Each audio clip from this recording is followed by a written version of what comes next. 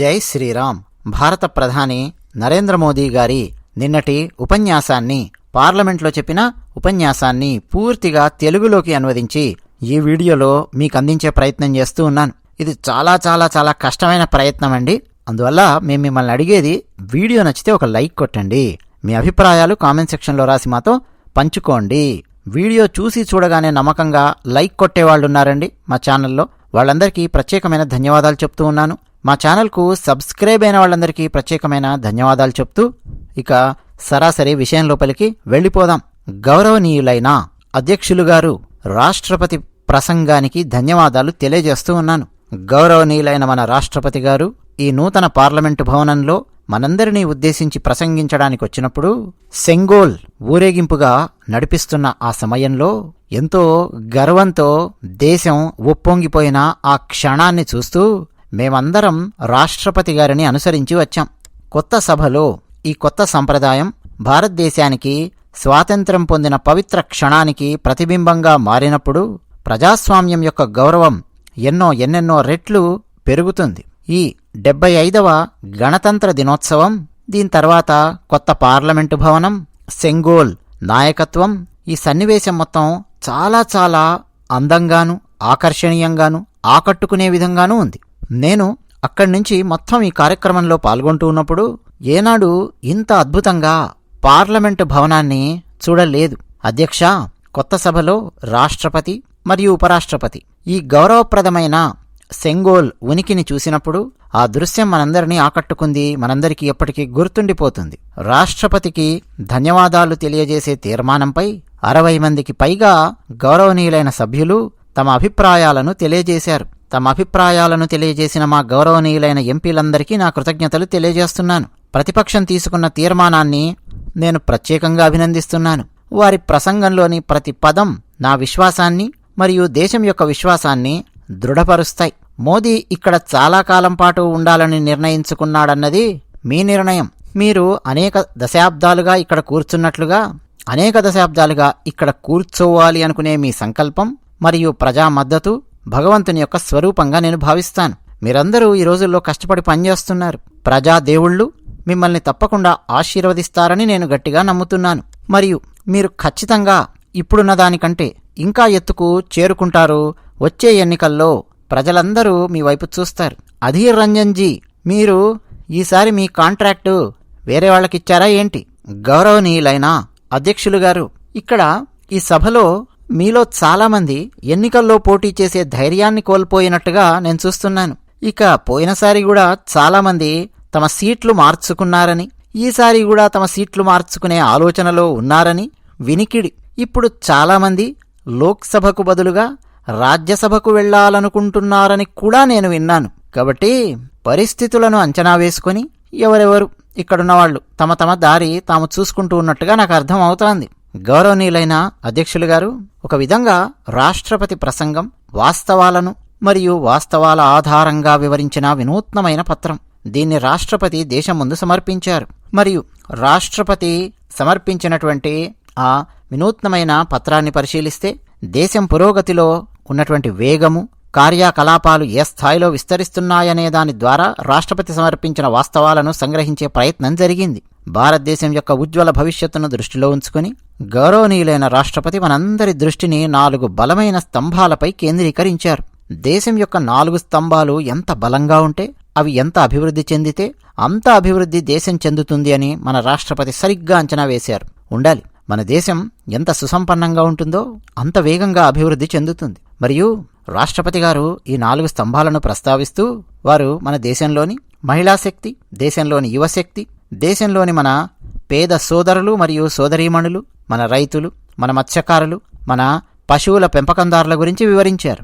గౌరవనీయులైన రాష్ట్రపతి తమ సాధికారత ద్వారా అభివృద్ధి చెందిన భారతదేశ లక్ష్యాన్ని సాధించే మార్గంపై స్పష్టమైన మార్గనిర్దేశనం చేశారు. గౌరవనీయులైన రాష్ట్రపతి గారు వారు చెప్పారు, చాలా అద్భుతంగా మనకు వివరించారు. అయితే మీకు ఇక్కడున్న వాళ్లలో కొంతమందికి మైనారిటీలు మత్స్యకారుల్లో కనిపించకపోవచ్చు, మీకు మైనారిటీలో పశువుల కాపరులు కనిపించకపోవచ్చు, మీ స్థానంలో రైతులు మైనారిటీలుగా ఉండకపోవచ్చు, మీ స్థానంలో మహిళలు మైనారిటీలుగా కనిపించకపోవచ్చు, మీ స్థానంలో యువత మీకు మైనారిటీలు కావచ్చు. ఏమైంది దాదా? దేశ యువత చెప్పేది ఇదే. సమాజంలో అన్ని తరగతులు లేవు. దేశంలోని మహిళల గురించి మాట్లాడతారా? దేశంలో అందరూ స్త్రీలు ఉండరు. మీరెప్పుడన్నా దేశంలోని మహిళల గురించి మాట్లాడితే అందరూ స్త్రీల గురించి మాట్లాడరు, అందరూ స్త్రీల గురించి ఆలోచించరు. ఎంతసేపు ముక్కలు ముక్కలుగా చేసి సమాజాన్ని విభజిస్తూ ఆలోచిస్తారు ఇక్కడున్నటువంటి కొంతమంది సభ్యులు. అది తప్పు. మీ మాటలు కట్టిపెట్టండి, మీ మాటలను పరిమితం చేయండి. మీరు దేశాన్ని ఇప్పటికే చాలా చాలా రకాలుగా విచ్ఛిన్నం చేశారు. గౌరవనీయులైన అధ్యక్ష, వెళ్ళేటప్పుడు ఈ చర్చలో కనీసం సానుకూల అంశాలు జరిగి ఉంటే బాగుండేది. కొన్ని సానుకూల సూచనలు వచ్చేవి. కానీ ప్రతిసారిలాగే ఇక్కడున్న కొంతమంది దేశాన్ని నిరాశపరిచారు. ఎందుకంటే మీ ఆలోచనల్లో ఉండే విషయాలను దేశం అర్థం చేసుకుంటోంది. గౌరవనీయులైన అధ్యక్ష, నాయకులు మారారు, కానీ టేప్ రికార్డర్ మాత్రం అదే ప్లే చేస్తోంది. అవే విషయాలు, కొత్తగా ఏం రాదు. అదే పాత డోలు తీసుకొని పాత రాగం వాయించుకుంటూ కూర్చుంటున్నారు. ఇది ఎన్నికల సంవత్సరం. మీరు కొంచెం కష్టపడి కొత్త విషయాలతో ముందుకొస్తేనే ప్రజలకేమన్నా సందేశం ఇవ్వచ్చు. మీకు కొత్తగా ఆలోచించడం చేత కాదు. రండి, అది కూడా నేనే మీకు నేర్పిస్తాను. ఆదరణీయ అధ్యక్ష, ఈరోజు ప్రతిపక్షాల పరిస్థితికి కాంగ్రెస్ పార్టీ అత్యంత దోషి. కాంగ్రెస్కు మంచి ప్రతిపక్షంగా అవతరించేందుకు భారీ అవకాశం వచ్చింది. 10 ఏళ్లు తక్కువేమీ కాదు అధ్యక్ష. 10 ఏళ్లలో కూడా వాళ్ళు ఒక మంచి ప్రతిపక్షంలా ఉండే విషయంలో పూర్తిగా విఫలమయ్యారు. అంతేకాదు, వాళ్ళు విఫలమవుతున్నప్పుడు ప్రతిపక్షంలో వేరే పార్టీలలో, ఇతర పార్టీలలో మంచి వ్యక్తులున్నారు. వాళ్ళు అసలు బయటపడడానికి ఈ కాంగ్రెస్ పార్టీ వాళ్ళు అనుమతించలేదు. ఎందుకంటే అప్పుడు కాంగ్రెస్ పార్టీ విషయమే మరింతగా దిగజారుతుంది కాబట్టి. ప్రతిసారి వారు ప్రతిపక్షంలో ఉన్న ఇతర ప్రకాశవంతమైన వ్యక్తులను, తెలివైన వ్యక్తులను అణిచివేయడానికి ప్రయత్నం చేస్తూ వస్తున్నారు. సభలో గమనిస్తూనే ఉన్నాం. 10 ఏళ్లలో సభలో చాలామంది యువ ఎంపీలున్నారు. వాళ్లలో మంచి దూకుడుంది, మంచి ఉత్సాహం ఉంది ప్రతిపక్షంలో ఉన్నటువంటి వేరే పార్టీలలో ఉన్నటువంటి కొంతమంది ఎంపీలలో. కానీ వారిని ఈ కాంగ్రెస్ పార్టీ వారు మాట్లాడనివ్వరు. మాట్లాడితే వేరే ప్రతిపక్ష పార్టీలలో ఉండే యువ ఎంపీలు గనక ఎదిగితే కాంగ్రెస్ ఊరుకోదు.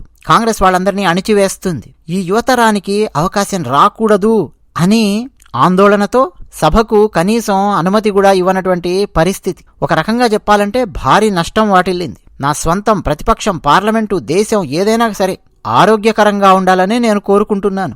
ప్రతిపక్షం కూడా ఆరోగ్యవంతమైన ప్రతిపక్షం ఉంటే మిగతా అన్నీ కూడా బాగుంటాయని చెప్పి నేను కోరుకుంటున్నాను. కానీ ప్రతిపక్షం ఎంత దారుణంగా ఉందో మీరు చూస్తున్నారు. ఒక నిర్మాణాత్మకమైన ప్రతిపక్షం పోషించాల్సినటువంటి పాత్రను కాంగ్రెస్ పార్టీ పోషించలేకపోయింది. దేశం బంధు ప్రీతి భారాన్ని భరించింది, మరియు దాని భారాన్ని కాంగ్రెస్సే స్వయంగా భరించింది. ఇప్పుడు అధీర్ బాబు కూడా పెంచేశాడు. అధీర్ బాబు పరిస్థితిని మనం చూస్తున్నాం. లేకపోతే అసలు ఈరోజు అధీర్ బాబు పార్లమెంటులో ఉండాల్సిన సమయం. కానీ అధీర్ బాబు ఎక్కడా? కొంతమంది కుటుంబీకులకు సేవ చేయాలి కదా, అందుకని ఆయన ఇక్కడ లేడు, ఉండడు. ఆదరణీయులైన అధ్యక్షులు గారు, ఇప్పుడు పరిస్థితి చూడండి. మన మల్లికార్జున ఖర్గే గారు ఈ ఇంటి నుంచి ఆ ఇంటికి మారారు. మరియు గులాం నబీ ఆజాద్ గారిని ఒకసారి చూడండి, వారు పార్టీ నుంచి మారారు. వీళ్ళందరూ ఎవరనుకుంటున్నారు? మల్లికార్జున ఖర్గే గారు గాని, గులాం నబీ ఆజాద్ గారు గాని మంచి వాళ్ళు, తెలివైన వాళ్ళు, దేశం గురించి ఆలోచించేవాళ్ళు, ఏదో తపన ఉన్నవాళ్ళు. కానీ వీళ్ళందరూ బంధు ప్రీతికి బాధితులుగా మారారు. ఫెయిల్ అయిన ఒకటే ప్రాడక్ట్ని తీసుకొచ్చి మళ్ళీ లాంచ్ చేయడం వల్ల కాంగ్రెస్ దుకాణానికి తాళం పడే పరిస్థితి వచ్చేసింది అధ్యక్ష. అన్నట్టు కాంగ్రెస్ పార్టీ ఒక దుకాణం అని మేం చెప్పట్లేదు, వాళ్లే అంటున్నారు. వాళ్లే దుకాణం తెరిచాం అని కాంగ్రెస్ పార్టీ పదే చాలాసార్లు చెప్పుకుంది తమ పార్టీ గురించి. అందుకని నేను చెప్తున్నాను, ఆ దుకాణానికి తాళం వేయాలనే చర్చ కూడా జరుగుతోంది దేశం అంతటా. ఇక్కడ మా తాతయ్య తన అలవాటు మానుకోలేక కుటుంబవాదం గురించి వ్యాఖ్యానిస్తూ కూర్చున్నాడు. ఈరోజు కొంచెం వివరిస్తాను, క్షమించండి చైర్మన్ గారు. నేను ఈరోజు కొంచెం సమయం తీసుకుంటాను, దయచేసి క్షమించండి. మనం ఏ కుటుంబ సమస్యల గురించి చర్చిస్తున్నామండి? అసలు ఎవరి కుటుంబ సమస్యల గురించి మనం చర్చించాలి? ఆలోచించండి. భారతదేశంలో ఉండే వివిధ కుటుంబాలలో ఉండే రకరకాల సమస్యల గురించి మనం ఆలోచించి నిర్ణయాలు తీసుకోవాలి. కానీ పరిస్థితి ఎలా తయారు చేశారు? దేశంలో ఒకే కుటుంబం గురించి ఆలోచించేంతటి స్థితికి తీసుకొని వచ్చారు. అవునా కాదా? అన్నట్టు మేము ఎప్పుడైనా సరే బంధు ప్రీతి అని చెప్పి మాట్లాడితే మీలో కొంతమంది అనుకోవచ్చు, అదేంటండి, ఒక కుటుంబంలో ఒకరికంటే ఎక్కువ మంది తమ సొంత బలంతో, ప్రజల మద్దతుతో రాజకీయ రంగంలో పురోగతి సాధించకూడదా? అలా సాధిస్తే బంధుప్రీతి అని చెప్పి ట్యాగ్ వేస్తారా అని చెప్పి మీరు నన్ను అనొచ్చు. లేదండి, నేనెప్పుడు అలా అనలేదు.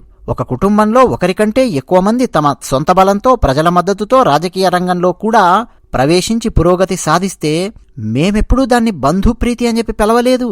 నో. కానీ మేము పార్టీలు కుటుంబాలు నడుపుతూ, కుటుంబాలు పార్టీలను నడుపుతూ వంశపారంపర్యంగా వస్తూ ఉన్నాయే, వాటి చరిత్ర గురించే మేము ఎప్పుడైనా సరే మాట్లాడతాం. అటువంటి పార్టీలు కుటుంబంలో ఉన్న వ్యక్తులకే ప్రాధాన్యత ఇస్తాయి. ఆ పార్టీని ఆ కుటుంబమే నడుపుతుంది. అలాంటప్పుడు ఏం చేస్తారు? ఆ కుటుంబ సభ్యులే పార్టీ నిర్ణయాలన్నీ తీసుకుంటారు. అది బంధుప్రీతి అంటే. దాని గురించి మాట్లాడుతూ వచ్చాను ఎప్పుడైనా నేను.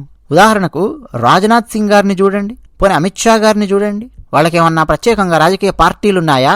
లేవు. వాళ్ళేమన్నా రాజకీయ పార్టీలు నడుపుకుంటున్నారా? లేదు. ఒకవేళ వాళ్ళ కుటుంబానికి చెందినటువంటి వాళ్ళు ఎవరైనా సరే రాజకీయాల్లోకి వచ్చారనుకోండి, తమ సొంత బలంతో, ప్రజాబలంతో వచ్చి సేవ చేయాలని వచ్చారనుకోండి, ఏనాడు మేము బంధుప్రీతి అని చెప్పి మాట్లాడలేదు. ఎవరి గురించి అయినా మాట్లాడలేదు. కానీ ఆ కుటుంబమే పార్టీని రన్ చేస్తూ, ఆ కుటుంబంలోని వాళ్ళనే పైకి వచ్చేలా చేస్తూ, తరతరాలుగా వంశపారంపర్యంగా అదే పని చేస్తూ ఉన్నటువంటి పార్టీలున్నాయో వాటి గురించి మేము ఎప్పుడైనా సరే బంధుప్రీతి అని చెప్పి మాట్లాడాం. అరే, ప్రజాస్వామ్యంలో ఒకే కుటుంబం నుంచి 10 మంది రాజకీయాల్లోకి రావడం, పదవులు చేపట్టడమే దారుణమైన విషయం కాదు. నిజంగా సేవ చేయాలని చెప్పి అనుకుంటే యువత ఉండొచ్చు. కొన్ని కుటుంబాల్లో మేము రావాలి, చెయ్యాలని చెప్పి కోరుకోవచ్చు, రానివ్వండి. కానీ దాని గురించి కాదు మాట్లాడుతున్నది. వంశపారంపర్య రాజకీయాల గురించి, కుటుంబ పార్టీ రాజకీయాల గురించి మాట్లాడుతూ ఉన్నాను. అవి చాలా ఆందోళన కలిగించే అంశాలు. అందుకే ఒక కుటుంబంలో 2 వ్యక్తులు పురోగమిస్తే నేను స్వాగతిస్తాను. 10 మంది పురోగమిస్తే నేను ఇంకా ఎక్కువగా స్వాగతిస్తాను. దేశంలోకి వస్తున్న కొత్త తరం మంచి వ్యక్తులు స్వాగతం పలుకుతున్నారు. ప్రశ్న ఏంటంటే, కుటుంబాలే పార్టీలు నడుపుతూ ఉన్నాయి. పార్టీ అధ్యక్షుడు ఒక ఆయన ఉంటాడు, ప్రెసిడెంట్గా ఉంటే కొడుకుంటాడు, ఉంటే ఆయన లేకపోతే కొడుకు, లేకపోతే ఇంకేదైనా పెద్ద పాత్ర ఉంటే తీసుకెళ్లి తన కొడుకో కూతురుకో వాళ్లకో ఇచ్చుకుంటూ కుటుంబాలే పార్టీలు నడుపుకుంటూ బతుకుతుంటే అది ప్రజాస్వామ్యానికి ముప్పు. అందుకే బాగుంది దాదా, ధన్యవాదాలు. నేనెప్పుడు ఈ టాపిక్ గురించి మాట్లాడలేదు, ఈరోజు మాట్లాడాను. అర్థమైంది కదా నా అభిప్రాయం ఏంటో. ఇక అధ్యక్ష, అదే ఉత్పత్తిని మళ్ళీ మళ్ళీ మళ్ళీ మళ్ళీ మళ్ళీ మళ్ళీ ప్రారంభించేందుకు చాలా చాలా ప్రయత్నాలు జరుగుతున్నాయా? ఒకటే ఫెయిల్డ్ ప్రోడక్ట్ ఎన్నిసార్లు లాంచ్ చేస్తారా బాబు? అధ్యక్ష, కాంగ్రెస్ ఒకే కుటుంబంలో చిక్కుకుపోయింది అని, దేశంలోని కోట్లాది కుటుంబాల ఆకాంక్షలను విజయాలను చూడలేకపోతున్నారని, సొంత కుటుంబం నుంచి బయటకు చూసేందుకు సిద్ధంగా లేరని అన్నారు. కాంగ్రెస్లో రద్దు సంస్కృతి బాగా అభివృద్ధి చెందింది అధ్యక్ష. ఏదైనా సరే కాంగ్రెస్ పార్టీలో రద్దు చేయబడుతుంది. ఏదైనా సరే రద్దు రద్దు అంటారు. కాంగ్రెస్ ఇలాంటి రద్దు సంస్కృతిలో కూరుకుపోయింది. ఉదాహరణ చెప్పనా, మీకు ఇంకా బాగా అర్థం అవుతుంది. మేము మేక్ ఇన్ ఇండియా అన్నాం, కాంగ్రెస్ రద్దు రద్దు రద్దు రద్దు రద్దు అని చెప్పి గోల చేసింది. మేము స్వావలంబనతో కూడిన భారతదేశం అన్నాం, వెంటనే కాంగ్రెస్ రద్దు రద్దు రద్దు రద్దు రద్దు అని చెప్పింది. మేము వోకల్ ఫర్ లోకల్ అన్నాం, అంటే స్థానికులు తయారు చేసే ఉత్పత్తులకు విలువ ఇవ్వాలి, దాని గురించి ఎక్కువగా మాట్లాడండి అన్నాం. కాంగ్రెస్ వెంటనే రద్దు రద్దు రద్దు రద్దు రద్దు అంది. పార్లమెంటు కొత్త భవనము అని చెప్పి మేము అన్నాం, వెంటనే కాంగ్రెస్ దాన్ని కూడా రద్దు చేసింది. అంటే ఆశ్చర్యంగా ఉంది. ఇవి నరేంద్ర మోదీ సాధించినవి కావు, భారతదేశం సాధించిన విజయాలు. అరే, భారతదేశం సాధించిన విజయాలను కూడా రద్దు చేసి కూర్చున్నారంటే ఇంత ద్వేషాన్ని ఎంతకాలం మెయింటైన్ చేస్తారా నాయనా మీరు? అధ్యక్ష, అభివృద్ధి చెందిన భారతదేశం యొక్క రోడ్ మ్యాప్ పై చర్చిస్తున్నప్పుడు రాష్ట్రపతి ఆర్థిక అంశాలపై వివరంగా వివరించారు. ఆర్థిక వ్యవస్థ మౌలిక అంశాలపై వివరంగా మనకు ఎన్నో విషయాలు చెప్పారు రాష్ట్రపతి గారు. నేడు ప్రపంచం మొత్తం భారతదేశం యొక్క బలమైన ఆర్థిక వ్యవస్థను అభినందిస్తోంది. ప్రపంచం మొత్తం దానితో ఆకట్టుకుంది. ప్రపంచం సంక్షోభంలో ఉన్నప్పుడు కూడా మన భారతదేశం చెక్కు చెదరకుండా నిలబడ్డం చూసి అందరూ ఆశ్చర్యపోయారు. G20 సమ్మిట్లో ప్రపంచం మొత్తం భారతదేశం కోసం ఏమి ఆలోచిస్తోందో, భారతదేశం ఏం చేస్తోందో, ప్రపంచంలోని ఏ ఏ దేశాలు మన గురించి ఎంత గొప్పగా ఆలోచించాయో దేశం మొత్తం చూసింది G20 సమ్మిట్ సమావేశాలు. ఈ 10 సంవత్సరాల పదవీ కాలం యొక్క అనుభవం ఆధారంగా చెప్తున్నాను అధ్యక్ష, భారతదేశం అభివృద్ధి చెందుతున్న అత్యంత వేగవంతమైన దేశం. ఆ వేగం ఎలా ఉంటుందంటే, ఏమేమి చిక్కులొస్తున్నాయో ముందుగానే తెలుసుకుంటూ అత్యంత బలమైన ఆర్థిక వ్యవస్థను తయారు చేస్తూ ముందుకు దూసుకెళ్తోంది భారతదేశం. ఇది నేను విశ్వాసంతో చెప్తున్నాను. అందుకే నేను 3వ టర్మ్లో భారతదేశం ప్రపంచంలో 3వ అతిపెద్ద ఆర్థిక శక్తిగా అవతరించడం ఇది మోదీ హామీ. గౌరవనీయులైన అధ్యక్ష, ఇంతకుముందు వారికి అవకాశం ఇవ్వలేదా? అందరికీ అవకాశం ఇచ్చారు. ప్రపంచంలో 3వ అతిపెద్ద ఆర్థిక శక్తిగా ఎదుగుతామంటే ప్రతిపక్షంలో కూర్చున్న మన మిత్రులు ఎలాంటి భ్రమలు కల్పిస్తారు? ఇందులో ఏముంది? అది ఆటోమేటిక్గా అయిపోతుంది, ఆటోమేటిక్గా భారతదేశం 3వ ప్లేస్కి వెళ్ళిపోతుంది మనం ఏం చేయకపోయినా అని డైలాగులేశారు. మోదీ విషయంలో మాత్రం అది ఆటోమేటిక్గా జరిగిపోతుందా? ఏం చేయకుండానే జరిగిపోతుందా?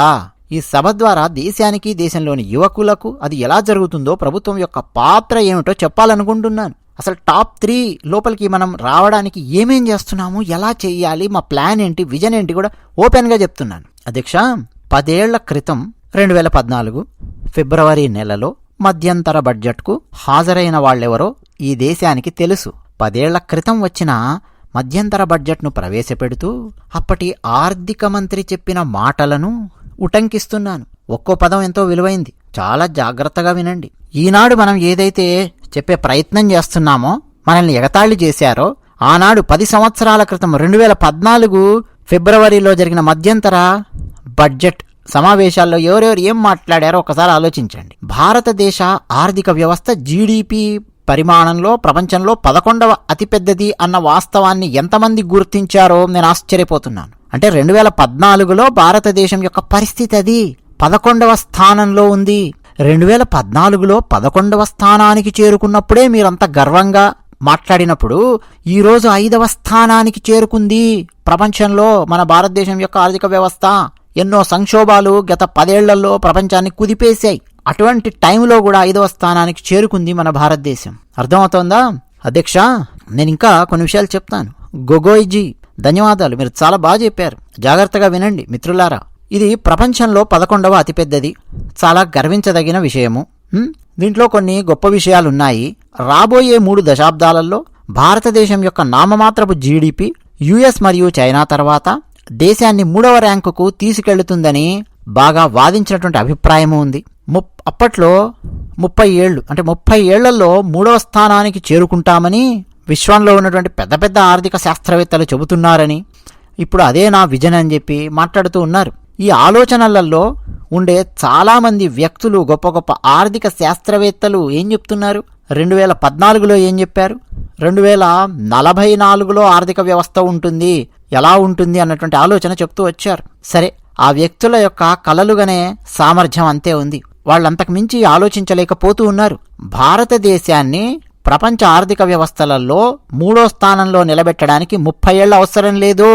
ఇది మోదీ హామీ. నా 3వ టర్ములో మన భారతదేశం ప్రపంచంలో 3వ ఆర్థిక శక్తిగా మారుతుంది, మార్చి చూపిస్తాం. లక్ష్యాలను కాంగ్రెస్ ఉన్నప్పుడు ఎలా నిర్దేశించుకుందో ఆలోచించండి. ఎప్పుడో 30 ఏళ్లకో ఎప్పుడో టాప్ 3లో పెడతాము ఇవన్నీ ఆలోచించారు. అంత అవసరం లేదు. చూశారు కదా, 10 ఏళ్లలో 11వ స్థానం నుంచి 5వ స్థానానికి తీసుకొచ్చి కూర్చోబెట్టుకున్నాం మన భారతదేశాన్ని. ఆర్థికంగా అంత బలోపేతం చేశాం. తర్వాత మన లక్ష్యం అత్యంత వేగంగా, ప్రచండ వేగంగా 3వ స్థానంలో ఎలా కూర్చోబెట్టాలో చేసి చూపించడం మీద ఉండాలి. ఆ ఆలోచన లేదు చాలామందికి, ముఖ్యంగా ప్రతిపక్షంలో ఉన్న వాళ్లకు. బీజేపీ ప్రభుత్వం యొక్క పని వేగం గాని, పెద్ద పెద్ద లక్ష్యాలు గాని, బీజేపీ యొక్క ధైర్యం గాని ఈరోజు ప్రపంచం మొత్తం చూస్తోంది. ఇదేం వేగము, ఇంత పెద్ద లక్ష్యాల, ఇంత ధైర్యమా అని ఆశ్చర్యపోతోంది ప్రపంచం. ఒక సామెత ఉంది, ముఖ్యంగా ఈ సామెత ఉత్తరప్రదేశ్లో ప్రత్యేకంగా చెప్తారు. 9 రోజులు 2.5 కోసుకు వెళ్తాయి అని చెప్పి కాంగ్రెస్ ఈ వాక్యాన్ని పూర్తిగా నిర్వచిస్తుంది. కాంగ్రెస్ ధీమాకు ఇదేమాత్రం సరిపోదు. నేడు దేశంలో పనులు జరుగుతున్న వేగాన్ని కాంగ్రెస్ ప్రభుత్వం కనీసం ఊహించను కూడా ఊహించలేదు. ఉదాహరణకు, పట్టణ పేదల కోసం 4 కోట్ల ఇళ్లు నిర్మించి ఇచ్చాం. అలాగే పట్టణ పేదల కోసం 80 లక్షల పక్కా ఇళ్లు నిర్మించి ఇచ్చాం. కాంగ్రెస్ స్పీడుతో ఈ ఇళ్లు గనక కట్టి ఉంటే ఏమై ఉండేదో ఈ లెక్క. కాంగ్రెస్ స్పీడుతో గనక ఈ పని చేసి ఉంటే ఇది పూర్తవడానికి 100 ఏళ్లు పట్టి ఉండేది, 5 తరాలు గడిచిపోయి ఉండేవి. అంతా నెమ్మదిగా పనిచేస్తుంది కాంగ్రెస్ ప్రభుత్వం, తెలుసు మనందరికీ. 10 ఏళ్లలో 40,000 కిలోమీటర్ల రైల్వే ట్రాక్ల విద్యుదీకరణ జరిగింది. దేశంలో కాంగ్రెస్ గనక ఉండి కాంగ్రెస్ స్పీడ్తో గనక ఈ పని జరుగుంటే ఇది పూర్తవడానికి 80 సంవత్సరాలు పట్టేది. అంటే ఒక విధంగా 4 తరాలు గడిచిపోయేవి. మేము 17 కోట్ల గ్యాస్ కనెక్షన్స్ ఇచ్చాం. ఈ 10 సంవత్సరాల ఖాతానే నేను చెప్తున్నది. కాంగ్రెస్ గనక తన స్పీడ్లో తన బాటలో నడుచుంటే ఈ కనెక్షన్స్ రావడానికి 60 ఏళ్లు పట్టుండేది. అంటే 3 తరాలు పొగలో వంట చేస్తూ కాలం గడిపేవి. మా ప్రభుత్వ హయాంలో పారిశుద్ధ్యం 40% నుంచి 100%కి చేరుకుంది. కాంగ్రెస్ స్పీడ్ గనక ఉండి ఉంటేనా ఈ పని జరగడానికి ఇంకో 60 నుంచి 70 ఏళ్లు పట్టి కనీసం 3 తరాలు గడిచిపోయి ఉండేవి. పైగా వీళ్ళు పూర్తిగా అలా చేస్తారా, చక్కగా చేస్తారా అనే గ్యారంటీ కూడా లేదు. అధ్యక్ష, కాంగ్రెస్ మనస్తత్వం భారతదేశానికి పెను నష్టాన్ని కలిగించింది. కాంగ్రెస్ ఎన్నడూ దేశ బలాన్ని నమ్మలేదు. తమను తాము పాలకులుగా భావించి ప్రజలనెప్పుడు చిన్నచూపు చూస్తూ వచ్చారు. నేను ప్రజలను చిన్నచూపు చూడడం లేదు, ప్రజల్లో ఉన్నటువంటి శక్తిని గుర్తిస్తూ ఉన్నాం. భారతీయుల్లో ఉండే అద్భుతాలు చేయగలిగే సామర్థ్యాన్ని గుర్తిస్తున్నాం, తట్టి లేపుతూ ఉన్నాం, అవకాశాలు ఇస్తున్నాము. ఎక్కడెక్కడ అవకాశాలు కల్పించాలో అక్కడక్కడ ప్రోత్సాహం అందించే ప్రయత్నం చేస్తున్నాము. అద్భుతాలు సాధిస్తున్నారు మన భారతీయులు. అందుకే ఈ వేగం. బీజేపీ ఎప్పుడు విశ్రమిస్తూ కూర్చోదు, ధైర్యంగా పనిచేస్తుంది, పెద్ద పెద్ద లక్ష్యాలు పెట్టుకుని పనిచేస్తుంది. దేనికోసం అనుకుంటున్నారు? మన భారతీయుల మీద ఉన్నటువంటి నమ్మకం. మేము ప్రజలను చిన్న చూపు చూడము, మమ్మల్ని మేము పాలకులుగా భావించము. కాంగ్రెస్ పార్టీలాగా ప్రజలనే మేము పాలకులుగా భావిస్తాం, ప్రజలను మేము చిన్న చూపు చూడము. అందుకే ఇంత అద్భుతాలు సాధించగలుగుతాం. అధ్యక్ష, దేశ పౌరుల గురించి వీళ్ళు ఎలా ఆలోచిస్తారో నాకు తెలుసు. నేను ఆయన పేరు చెప్తే కొంచెం మురిసిపోతాడు కూడా ఒక ఆయన. ఇక్కడ ఆగస్టు 15న ఎర్రకోటపై నుంచి ప్రధానమంత్రి, ఒకప్పటి ప్రధాని నెహ్రూ ఏం చెప్పారో నేను మీకు చదువుతాను, వినిపిస్తాను. భారత తొలి ప్రధాని నెహ్రూ గారు ఎర్రకోటపై నుంచి ఉపన్యాసం ఇస్తూ ఏం చెప్పారో చదువుతున్నాను. ఏమన్నారో తెలుసా? భారతదేశంలో సాధారణంగా కష్టపడి పని చేసే అలవాటు లేదు. మేము అంటే యూరోపియన్లు, జపాన్ వాళ్ళు, చైనా వాళ్ళు, రష్యా వాళ్ళు, లేకపోతే అమెరికన్లు చేసేంత వేగంగా అద్భుతంగా కష్టపడి మేము పని చెయ్యలేము.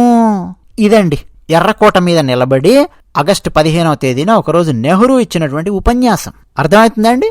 అంటే నెహ్రూ ఆలోచన విధానంలో మన భారతీయులు అంటే సోమరిపోతులు అని. భారతీయుల గురించి నెహ్రూ యొక్క ఆలోచన ఏమిటంటే భారతీయులు తక్కువ తెలివితేటలున్న వాళ్ళు అని. యూరోపియన్లు ఎక్కువ తెలివైన వాళ్ళు, జపాన్ వాళ్ళు ఎక్కువ తెలివైన వాళ్ళు, చైనా వాళ్ళు ఎక్కువ తెలివైన వాళ్ళు, రష్యా వాళ్ళు ఎక్కువ తెలివైన వాళ్ళు, అమెరికా వాళ్ళు ఎక్కువ తెలివైన వాళ్ళు, మన భారతీయులు తెలివి తక్కువ వాళ్ళు అని నెహ్రూ యొక్క భావన.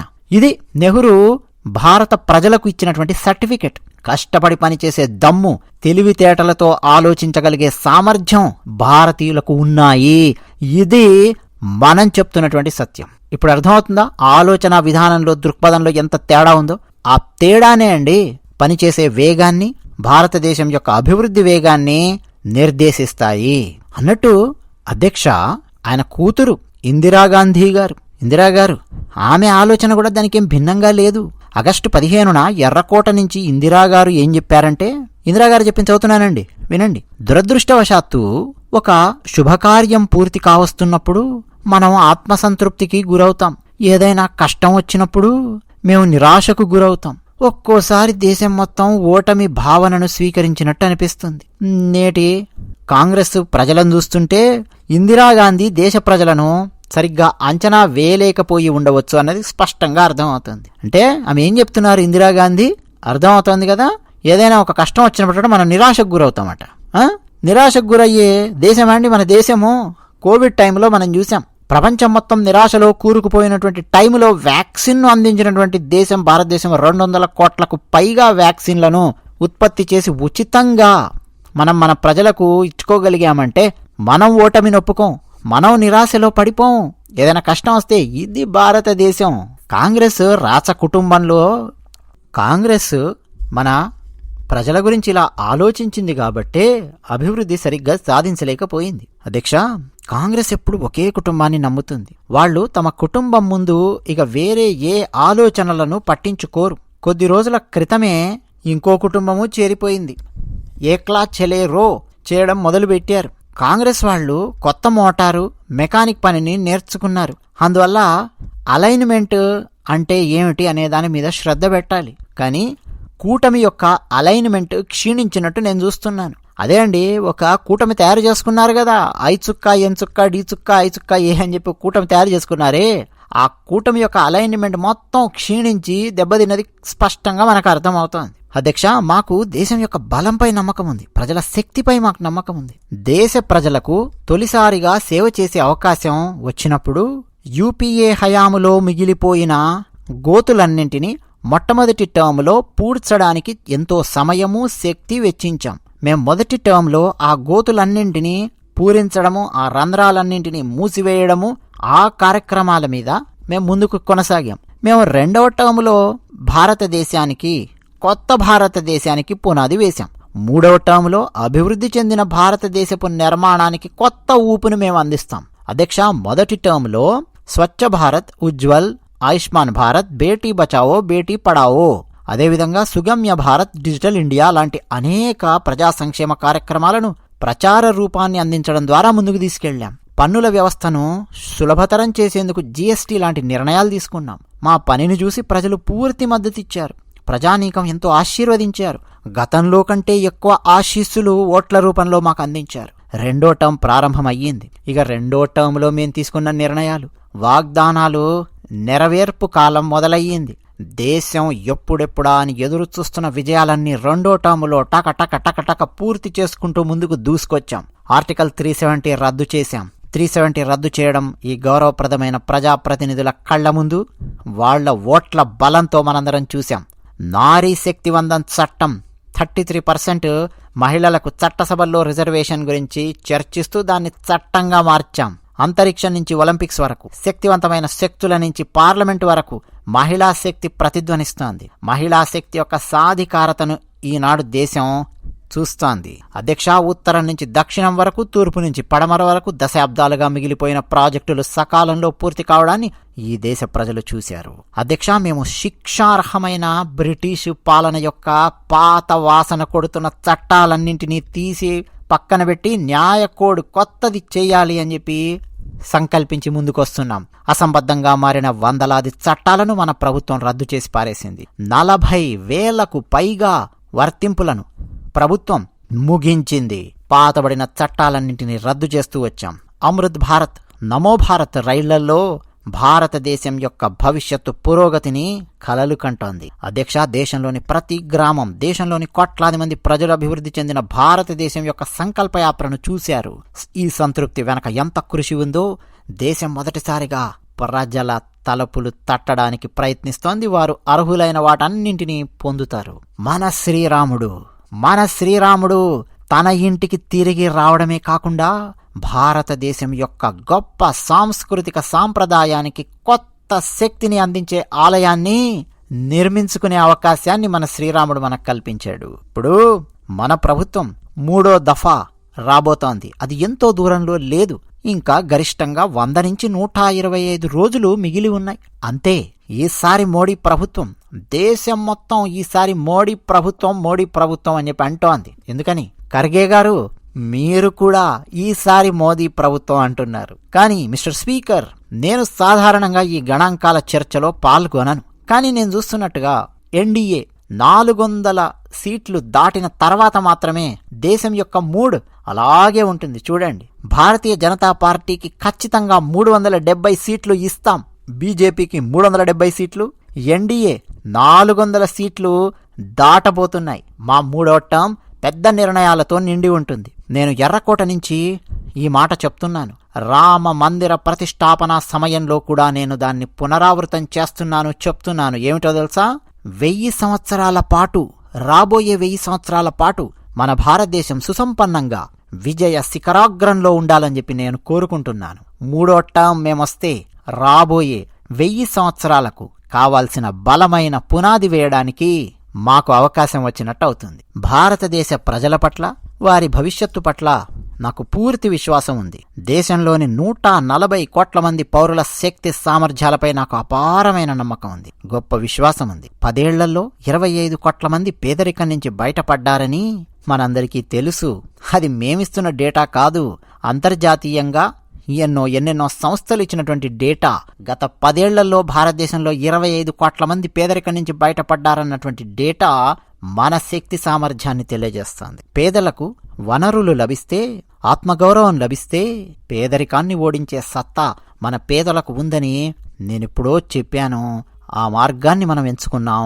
నా పేద సోదరులు పేదరికాన్ని ఓడించారు, మరింతమంది ఓడించబోతున్నారు. ఈ ఆలోచనతో మేము పేదవారికి వనరులిచ్చాం, ఆత్మగౌరవాన్ని కల్పించాం.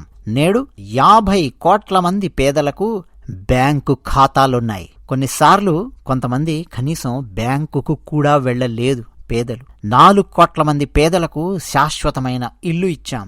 ఆ ఇల్లు వాళ్ల ఆత్మగౌరవానికి కొత్త శక్తినిస్తుంది. 11 కోట్లకు పైగా కుటుంబాలు కొళాయి నీటి ద్వారా స్వచ్ఛమైన నీళ్లు తాగుతున్నారు. 55 కోట్ల మందికి పైగా పేదలు ఆయుష్మాన్ భారత్ కార్డు పొందారు. ఏ రోగం వచ్చినా ఆ జబ్బు వల్ల తిరిగి పేదరికంలో పడిపోకూడదని, ఎన్ని రోగాలొచ్చినా మోదీ అక్కడే కూర్చొని ఉంటాడు అన్న విశ్వాసం వాళ్లలో కల్పించింది ఆయుష్మాన్ భారత్ కార్డు. 80 కోట్ల మందికి ఉచితంగా ఆహార ధాన్యాలను అందించాం. ఇంతకుముందు ఎవరూ అడగని వారిని మోదీ అడిగాడు. దేశంలోనే తొలిసారిగా వీధి వ్యాపారుల గురించి ఆలోచించాడు ఈ మోదీ. ఈరోజు PM స్వనిధి యోజన ద్వారా వడ్డీల ఊబి నుంచి బయటపడి బ్యాంకు నుంచి డబ్బులు తీసుకుని వీధి వ్యాపారులు తమ వ్యాపారాన్ని విస్తరించుకుంటున్నప్పుడు దేశంలో మొదటిసారిగా మాన్యువల్ స్కిల్స్ కు ఉన్నటువంటి శక్తి, దేశాన్ని నిర్మించే నా విశ్వకర్మ సహచరుల గురించి నేను ఆలోచించాను. నా విశ్వకర్మ సోదరులకు ఆధునిక ఉపకరణాలు అందించడం, ఆధునిక శిక్షణ, ఆర్థిక సహాయం, ప్రపంచ మార్కెట్ను వాళ్లకు అందించడం ద్వారా మేము ఈ పనిచేశాం. దేశంలోనే తొలిసారిగా PVTGలు అంటే తెగల్లో కూడా అత్యంత వెనుకబడిన మన అన్నదమ్ములు ఉన్నారు, చాలా తక్కువ సంఖ్యలో ఉన్నారు. ఓట్ల ప్రాతిపదికన చూసినటువంటి కాంగ్రెస్ పార్టీకి వాళ్ళు ఏనాడు కనిపించలేదు.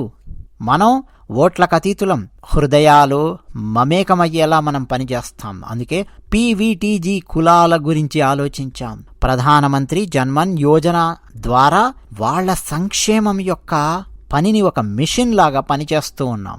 ఆఖరిగా ఉండేటటువంటి కొన్ని గ్రామాలు ఉన్నాయి. అంటే సరిహద్దుల్లో ఎక్కడెక్కడో విసిరివేయబడ్డట్టుగా ఉన్నటువంటి గ్రామాలున్నాయి. అవి ఆఖరి గ్రామాలు కాదు, భారతదేశం లోపలికి రావడానికి తొలి గ్రామాలు అని అర్థం చేసుకోవాలి అన్న కోణంలో వాటిని తీర్చిదిద్దాం. వాటి అభివృద్ధి దిశను దశను మార్చాం. నేను మిల్లెట్ల గురించి పదే పదే చెబుతూ సమర్థించినప్పుడల్లా, మిల్లెట్ ప్రపంచంలోకి వెళ్లి వాటి గురించి మాట్లాడినప్పుడల్లా చాలామంది చూసే ఉంటారు. G20 దేశాల ప్రజలకు గర్వకారణంగా మిల్లెట్లను అందిస్తూ ఉన్నాం. అంతెందుకు, మినుములు తీసుకోండి. మినుములు పండించే రైతులు 3 కోట్ల మందికి పైగా చిన్న రైతులున్నారు. వారందరూ నా హృదయంతో అనుబంధం కలిగి ఉన్నారు. వాళ్ల సంక్షేమమే మాకు చాలా కీలకమైనటువంటిది. నేను స్థానికంగా మాట్లాడేటప్పుడు, మేక్ ఇన్ ఇండియా గురించి మాట్లాడేటప్పుడు కోట్లాది గృహ పరిశ్రమలు, చిన్న తరహా పరిశ్రమలు, కుటీర పరిశ్రమలతో పాటు వాళ్లతో అనుబంధం ఉన్న లక్షలాది కుటుంబాల సంక్షేమం గురించి ఆలోచిస్తాను. ఖాదీ కాంగ్రెస్ పార్టీ మర్చిపోయింది. ఖాదీ ప్రభుత్వాలు మర్చిపోయాయి. ఖాదీ మరియు చేనేతతో కోట్లాది మంది నేతన్నల జీవితాలు నిమగ్నమై ఉండడం వల్ల ఈరోజు నేను ఖాదీకి బలం చేకూర్చడంలో విజయవంతంగా ముందుకు సాగాను. పేదరికాన్ని రూపుమాపేందుకు, పేదల అభివృద్ధి చెందేందుకు మా ప్రభుత్వం అనేక రకాల ప్రయత్నాలు చేస్తోంది. ఎవరికి ఓటు బ్యాంకు మాత్రమే ఉందో వాళ్ల సంక్షేమం గురించి మాత్రమే ఆలోచించడం అన్నది తప్పు. అది కాంగ్రెస్ పద్ధతి, అది మా పద్ధతి కాదు. ఎవరెవరు వెనుకబడి ఉన్నారు ఆలోచించడం మా పద్ధతి. ఓబీసీ నాయకులను అవమానించడంలో కాంగ్రెస్ చాలా సందర్భాలలో ముందే ఉంది. కానీ మేము కొద్ది రోజుల క్రితం కర్పూరి ఠాకూర్ గారికి భారతరత్న అవార్డిచ్చి ఓబీసీల గౌరవాన్ని పెంచాం. ఓబీసీ కమ్యూనిటీకి చెందిన ఆ గొప్ప వ్యక్తి కర్పూరి ఠాకూర్ అత్యంత వెనుకబడిన సమాజం నుంచి వచ్చి ఎలా ప్రవర్తించారో గుర్తుంచుకోండి. వారిని ఎలా హింసించారు మీ కాంగ్రెస్ పార్టీ వారు కర్పూరి ఠాకూర్ గారిని మాకు తెలియదనుకుంటున్నారా?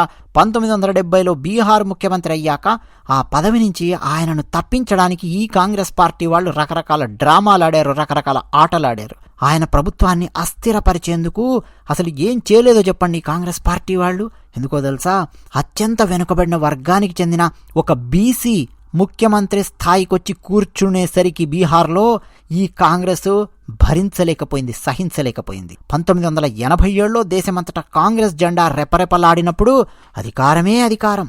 అసలు కర్పూరి ఠాకూర్ను ప్రతిపక్ష నాయకుడిగా అంగీకరించడానికి కూడా నిరాకరించి రాజ్యాంగాన్ని గౌరవించలేనటువంటి ఒక కారణాన్ని చెప్పారు. ప్రజాస్వామ్య సూత్రాలు, రాజ్యాంగ గౌరవం కోసం జీవితాంతం వెచ్చించిన కర్పూరి ఠాకూర్ను కాంగ్రెస్ పార్టీ అవమానించి హేళన చేసింది ఆ ఓబీసీ నాయకుణ్ణి. ఈ రోజుల్లో కాంగ్రెస్ నుంచి మా సహచరులు ప్రభుత్వంలో ఎంతమంది ఓబీసీ ప్రజలున్నారో ఒక్కసారి చూడండి. మా బీజేపీలో ఎంతమంది ఓబీసీలు ఎన్నెన్ని పదవుల్లో కూర్చున్నారో చూడండి, తెలుస్తుంది. మీరు ఓబీసీ నాయకుడిని అవమానించారు, ఓబీసీలను అవమానించారు, ఓబీసీ నాయకుడికి మేము భారతరత్న ఇచ్చాం, ఎంతో మంది ఓబీసీలకు మేము స్థానం కల్పించాం. ఒక్కసారి చూడండి. నేను మాత్రమే కాదు, భారతీయ జనతా పార్టీలో ఉన్నటువంటి వాళ్ళందరూ కూడా వెనకబడిన వాళ్ళందరి గురించి ఆలోచించి ముందుకు వెళ్లే తత్వం ఉన్నవాళ్లే. యూపీఏ హయాములో అదనంగా మరో రాజ్యాంగ సంస్థ సృష్టించబడింది. దాని ముందు ప్రభుత్వానికి ఇక పవర్ ఏమీ లేకుండా చేసి పెట్టారు జాతీయ సలహా మండలి. దయచేసి అందులో ఎవరైనా ఓబీసీలు ఉన్నారో లేదో ఒక్కసారి చెక్ చేసి చెప్పండి నాయన. నాకు జాతీయ సలహా మండలిలో, కాంగ్రెస్ పార్టీ పెట్టిన జాతీయ సలహా మండలిలో ఎంతమంది ఓబీసీలు ఉన్నారో ఒకసారి చెప్పండి. తీయండి బయటికి డేటా. అంత పెద్ద శక్తివంతమైన ఒక శరీరాన్ని నిర్మించి అక్కడ నియమించారు. గత 10 ఏళ్లలో మహిళా సాధికారత కోసం ఎన్నో చర్యలు తీసుకున్నాం. మహిళా నాయకత్వంలో సమాజ సాధికారత ఉంది అని చెప్పి మేము నమ్ముతాం. ఇప్పుడు భారతదేశ పుత్రిక, భారతదేశపు ఆడబిడ్డలకు తలుపులు మూసేసే రంగం భారతదేశంలో ఏదీ లేదు. నేడు మన దేశపు కుమార్తెలు యుద్ధ విమానాలను ఎగరేస్తూ మన దేశ సరిహద్దులను సురక్షితంగా ఉంచుతున్నారు. గ్రామీణ వ్యవస్థ, ఆర్థిక వ్యవస్థ విషయానికొస్తే 10 కోట్ల మంది సోదరీమణులు మా మహిళా స్వయం సహాయక బృందాలతో అనుబంధం కలిగి ఉన్నారు. ఆర్థిక కార్యకలాపాలలో గ్రామీణ మహిళలు నిమగ్నమై ఉన్నారు. గ్రామీణ ఆర్థిక వ్యవస్థకు కొత్త బలాన్నిస్తున్నారు. ఈ ప్రయత్నాల ఫలితంగా ఈరోజు దేశంలో సుమారు 1 కోటి లక్షాధికారులైన అక్కయ్యలు సృష్టించబడినందుకు నేను సంతోషిస్తున్నాను. నేను వారితో మాట్లాడినప్పుడు వారి విశ్వాసాన్ని చూస్తాను. మనం ముందుకు సాగుతున్న మార్గంలో రాబోయే పదవీ కాలంలో మన దేశంలో 3 కోట్ల లక్షల మంది దీదీలను ఇలా లక్షాధికారులుగా చూస్తామని నేను గట్టిగా నమ్ముతున్నాను. గ్రామీణ ఆర్థిక వ్యవస్థలో ఎంత పెద్ద మార్పు వస్తుందో మనం ఊహించుకోవచ్చు. మన దేశంలో ఆడపిల్లల గురించిన ఆలోచనలు సమాజంలోకి, మన మనస్సుల్లోకి కూడా చొచ్చుకుపోయాయి. ఆ ఆలోచన నేడు ఎంత వేగంగా మారుతోంది. కాస్త నిశితంగా పరిశీలిస్తే ఎంత పెద్ద ఆహ్లాదకరమైన మార్పు రాబోతోందో అర్థమవుతోంది. ఇంతకుముందు ఆడపిల్ల పుడితే ఖర్చులు ఎలా భరిస్తారో అన్న చర్చ ఉండేది. అబ్బాయి అయితే ఎలా చదివిస్తామన్న చర్చ ఉండేది. అబ్బాయి భవిష్యత్తు, జీవితం ఎలా ఉంటుంది, ఇట్లా రకరకాల చర్చలు ఉండేవి. ఈరోజు అమ్మాయి పుడితే సుకన్య సమృద్ధి ఖాతా తెరిచి ఉందా లేదా అని అడుగుతూ ఉన్నారు. మార్పు వచ్చింది. ఇంతకుముందు ప్రశ్న ఏమిటంటే, మీరు గర్భవతి అయితే మీరు ఉద్యోగం చేయలేరు, ప్రెగ్నెంట్ అయితే ఉద్యోగం చేయలేమని ఇంతకుముందు చెప్పేవారు. ఈరోజు 26 వారాలు వేతనంతో కూడిన సెలవులు ఉన్నాయని, తర్వాత కూడా సెలవులు కావాలంటే మీకు అది లభిస్తుందని, ఎంత పెద్ద మార్పు ఈ దేశంలో వచ్చిందని మీలో చాలామంది ఈపాటికే గుర్తించుంటారు. ఇంతకుముందు సమాజంలో స్త్రీ ఉద్యోగం ఎందుకు చెయ్యాలి అన్న ప్రశ్న ఉండేది. భర్త జీవితం ఏమన్నా తగ్గుతోందా లాంటి ప్రశ్నలు వచ్చాయి. ఈరోజు ప్రశ్నలు అడుగుతున్నారు. మేడం, మీ స్టార్టప్ చాలా అభివృద్ధి చెందుతోంది, నాకు ఉద్యోగం వస్తుందా అని చెప్పి అడుగుతున్నారు. ఎవరిని? మేడం, నాకేమన్నా ఉద్యోగం ఉందా అని అడుగుతున్నారు. ఎవరిని? స్త్రీని అడుగుతున్నారు. అంటే స్త్రీలు స్టార్టప్ కంపెనీలు పెట్టి అభివృద్ధి దిశలో ముందుకు తీసుకెళ్లే గొప్ప స్థితికి చేరుకుంటూ ఉన్నారు. ఇది ఈనాటి భారతదేశం. ఒకప్పుడు మీ కూతురు పెద్దదవుతోందని ఇక పెళ్ళెప్పుడు అని చెప్పి ప్రశ్నలు వేసేవాళ్ళు. ఈరోజు ఏమడుగుతున్నారో తెలుసా? కుమార్తెను వ్యక్తిగతమైన జీవితమే కాదు, వృత్తిపరమైన జీవితం గురించి అడుగుతూ వాటిని ఎంత బాగా సమతుల్యం చేస్తున్నారు అని అడుగుతూ ఉన్నారు. వర్క్ లైఫ్ బ్యాలెన్స్ గురించి అమ్మాయిల్ని అడిగే పరిస్థితి ఉంది. అంటే అమ్మాయిలు ఆ స్థాయిలో ఉద్యోగాలలో, వివిధ వ్యాపారాలలో ముందుకెళ్తున్నారు. ఇంటి యజమాని ఇంట్లో ఉన్నాడా లేదా అని ఇంట్లో ఒకప్పుడు చెప్పేవాళ్ళు. ఇంటి పెద్దకు ఫోన్ చేయండి అని చెప్పేవారు. ఈరోజు మనం ఎవరింటికి వెళితే ఆ ఇల్లు మహిళ పేరు మీద ఉంటుంది, కరెంటు బిల్లు మహిళ పేరు మీద వస్తుంది, నీళ్లు, గ్యాస్ అన్నీ ఆయన పేరు మీదేనా? ఈరోజు నా తల్లులు, అక్కా చెల్లెళ్ళు కుటుంబానికి పెద్దపీట వేశారు. మార్పు వచ్చింది. ఈ మార్పు అమృత కాల్లో అభివృద్ధి చెందిన భారతదేశం కోసం మన సంకల్పం. ఇది ఒక గొప్ప శక్తిగా ఉద్భవించబోతోంది. ఆ శక్తిని నేను ఈరోజు చూడగలుగుతున్నాను. రైతుల కోసం కన్నీళ్లు పెట్టే అలవాటు చాలా మందిని చూశాను. రైతులకు ఎలాంటి ద్రోహం ఈ దేశంలో కొంతమంది చేశారో చూశాం. కాంగ్రెస్ హయాంలో వ్యవసాయానికి వార్షిక బడ్జెట్ 25,000 కోట్ల రూపాయలు. గౌరవనీయులైన స్పీకర్ గారు, వ్యవసాయదారులకు మా ప్రభుత్వ బడ్జెట్ 1,25,000 కోట్ల రూపాయలు. కాంగ్రెస్ తన 10 ఏళ్ల హయాంలో రైతుల నుంచి 7 లక్షల కోట్ల రూపాయల విలువైన వరి, గోధుమలను కొనుగోలు చేసింది. 10 ఏళ్లలో సుమారు 18 లక్షల కోట్లతో వరి, గోధుమలను మేం కొనుగోలు చేశాం. కాంగ్రెస్ ప్రభుత్వం పప్పులు, కందులను పేరుకు మాత్రమే కొనుగోలు చేసి ఉండొచ్చు. 1,25,000 కోట్లకు పైగా పప్పులు, నూనె గింజలను మేం కొనుగోలు చేశాం. మా కాంగ్రెస్ సహచరులు పీఎం కిసాన్ సమ్మాన్ నిధిని ఎగతాళి చేశారు. నేను నా మొదటి టర్మ్లో ఈ పథకాన్ని ప్రారంభించినప్పుడు నాకు గుర్తుంది, తప్పుడు కథనాలతో ఒక ప్యాషన్ ప్రారంభమయ్యిందని. పల్లెకు వెళ్ళి ఇది మోడీ పథకము, డబ్బు తీసుకోకండి అని చెప్పారు. ఒక్కసారి ఎన్నికల్లో గెలిస్తే వడ్డీతో సహా మొత్తం మీ దగ్గర నుంచి మోడీ డిమాండ్ చేస్తాడు అని చెప్పి అబద్ధ ప్రచారం చేశారు. రైతులను మోసం చేసే ప్రయత్నం చేశారు, చూశాం. మేము ప్రధానమంత్రి కిసాన్ సమ్మాన్ నిధికి 2,80,000 కోట్ల రూపాయలు పంపాం. ప్రధానమంత్రి ఫసల్ బీమా యోజన 30,000 రూపాయల ప్రీమియం ఇచ్చి దాని ముందు 1,50,000 కోట్ల రూపాయలు నా రైతు సోదర సోదరీమణులకు అందించాం. కాంగ్రెస్ హయాంలో ఎక్కడా మత్స్యకారుల గురించి గాని, పశువుల కాపరుల గురించి గాని ప్రస్తావన లేదు. ఈ దేశంలోనే తొలిసారి మత్స్యకారులకు ప్రత్యేక మంత్రిత్వ శాఖ, పశుపోషణకు ప్రత్యేక మంత్రిత్వ శాఖ ఏర్పాటయ్యింది మా ప్రభుత్వంలోనే. మొదటిసారిగా పశువుల పెంపకందారులకు మరియు మత్స్యకారులకు కిసాన్ క్రెడిట్ కార్డు ఇచ్చాం. తద్వారా వారు తమ ఆదాయాన్ని, వ్యాపారాన్ని విస్తరించడానికి తక్కువ వడ్డీకి బ్యాంకు నుంచి డబ్బు పొందవచ్చు. రైతులు మరియు మత్స్యకారులు, ఈ ఆందోళన కేవలం జంతువులకు సంబంధించింది కాదు, ఇది జీవితంలో ముఖ్యమైన భాగం. ఆర్థిక చక్రాన్ని నడపడంలో ఈ జంతువులు కూడా పెద్ద పాత్ర పోషిస్తాయి. మన జంతువులను ఫుట్ అండ్ మౌత్ డిసీజ్ నుంచి రక్షించడానికి మేము 50 కోట్లకు పైగా వ్యాక్సిన్లను అందించాము. ఇది ఇంతకుముందు ఎవరూ ఊహించలేదు. నేడు భారతదేశంలో యువత కోసం సృష్టించబడిన కొత్త అవకాశాలు గతంలో ఎప్పుడూ సృష్టించబడలేదు. నేడు పదజాలం మొత్తం మారిపోయింది. గతంలో ఎప్పుడూ వినని పదాలు వ్యావహారిక ప్రసంగంతో ప్రపంచంలోకి వచ్చాయి. నేడు ప్రతి చోట స్టార్టప్ల సందడి నెలకొని ఉంది. యూనికార్న్స్ వార్తల్లో నిలుస్తున్నాయి. నేడు డిజిటల్ సృష్టికర్తల యొక్క చాలా పెద్ద తరగతి మన ముందే ఉంది. నేడు హరిత ఆర్థిక వ్యవస్థపై చర్చ జరుగుతోంది. యువత నాలుకలపై నవభారతం అనే కొత్త పదజాలం ఇది కొత్త ఆర్థిక సామ్రాజ్యానికి కొత్త వాతావరణం, కొత్త గుర్తింపు. ఈ రంగాలు యువతకు లక్షలాది కొత్త ఉపాధి అవకాశాలను కల్పిస్తున్నాయి. 2014కు ముందు డిజిటల్ ఎకానమీ పరిమాణం చాలా తక్కువగా ఉంది. ఇది పెద్దగా చర్చించబడలేదు. నేడు ప్రపంచ డిజిటల్ ఆర్థిక వ్యవస్థలో భారతదేశం అగ్రగామిగా ఉంది. లక్షలాది మంది యువత దానితో అనుబంధం కలిగి ఉన్నారు. మరియు రాబోయే కాలంలో డిజిటల్ ఇండియా ఉద్యమం దేశంలోని యువతకు అనేక అవకాశాలు, అనేక ఉద్యోగాలు మరియు అనేక మంది నిపుణులకు అవకాశాలను తీసుకురాబోతోంది. నేడు మేడ్ ఇన్ ఇండియా ఫోన్లు ప్రపంచానికి అందుబాటులోకి వస్తున్నాయి. ప్రపంచంలోనే నంబర్ 2గా నిలిచాం. ఒకవైపు చవకగా మొబైల్ ఫోన్లు అందుబాటులోకి వస్తే, మరోవైపు చవకైన డేటా. ఈ రెండింటి వల్ల దేశంలోనూ ప్రపంచంలోనూ అతి తక్కువ ధరకే మనం మన భారతదేశంలో అందిస్తున్నాం.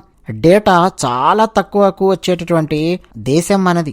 మన యువతకు డెవలప్మెంట్కి ఇదొక కారణం అయ్యింది. నేడు మన దేశం మేడ్ ఇన్ ఇండియా ప్రచారం, రికార్డు తయారీ, రికార్డు స్థాయిలో ఎగుమతులు చూస్తోంది. ఈ పనులన్నీ మన యువతకు అత్యధిక ఉపాధిని కలిగించేవి, అత్యధిక ఉపాధి అవకాశాలను సృష్టించేవి. గత 10 ఏళ్లలో పర్యాటక రంగంలో అపూర్వమైన బూమ్ ఉంది. మన దేశంలో ఈ వృద్ధి మరియు పర్యాటక రంగం కనీస మూలధన పెట్టుబడితో ఎక్కువ మందికి ఉపాధి కల్పించే అవకాశం ఉంది. ఇది సామాన్యులకు కూడా ఉపాధి కల్పించే అవకాశం. స్వయం ఉపాధికి అత్యధిక అవకాశం ఉన్న రంగం పర్యాటకం. 10 ఏళ్లలో విమానాశ్రయాలను రెట్టింపు చేశాం. భారతదేశం విమానాశ్రయాలకు ఒక నెలవుగా మారడమే కాదు, భారతదేశం ప్రపంచంలోనే 3వ అతిపెద్ద దేశీయ విమానయాన రంగంగా, ప్రపంచంలోనే 3వ అతిపెద్దదిగా మారింది. మనందరం సంతోషంగా ఉండాలి. భారతదేశంలోని ఎయిర్లైన్స్ కంపెనీలు దేశంలో కొన్ని వేల కొత్త విమానాలను ఆర్డర్ చేయడం ద్వారా మరికొన్ని కొత్త ఉద్యోగాలను సృష్టించాయి అని అర్థం చేసుకోవాలి. ఇన్ని కొత్త విమానాలు ఎప్పుడు పనిచేస్తాయి? అన్ని విమానాశ్రయాలు నిరంతరం తళతళలాడుతూ ఉంటే, ప్రయాణికులు తిరుగుతూ ఉంటే, పర్యాటక రంగం ఎదుగుతూ ఉంటే, ఎంతమంది పైలట్లు కావాలో, ఎంతమంది సిబ్బంది కావాలో, ఎంతమంది ఇంజనీర్లు కావాలో, ఎంతమంది గ్రౌండ్ సర్వీస్ స్టాఫ్ కావాలో, ఎంత కొత్త ఉపాధి అవకాశాలు తెరుచుకుంటున్నాయో ఆలోచించండి. విమానయాన రంగం భారతదేశానికి ఒక గొప్ప కొత్త అవకాశం.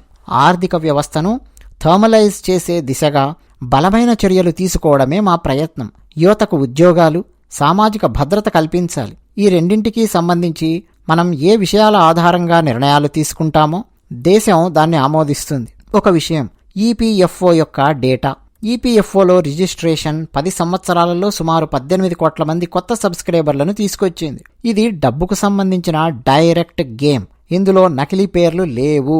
ముద్రా రుణం పొందిన వాళ్లలో జీవితంలో తొలిసారిగా సొంతంగా వ్యాపారం ప్రారంభించిన వాళ్ళు 8 కోట్ల మంది ఉన్నారు. ముద్రా రుణం తీసుకున్నప్పుడు అతను ఉపాధిని పొందడమే కాకుండా మరొకరికి లేదా ఇద్దరికి ఉపాధిని కల్పిస్తాడు. ఎందుకంటే అది అతని పని. లక్షలాది మంది వీధి వ్యాపారులను ఆదుకున్నాం.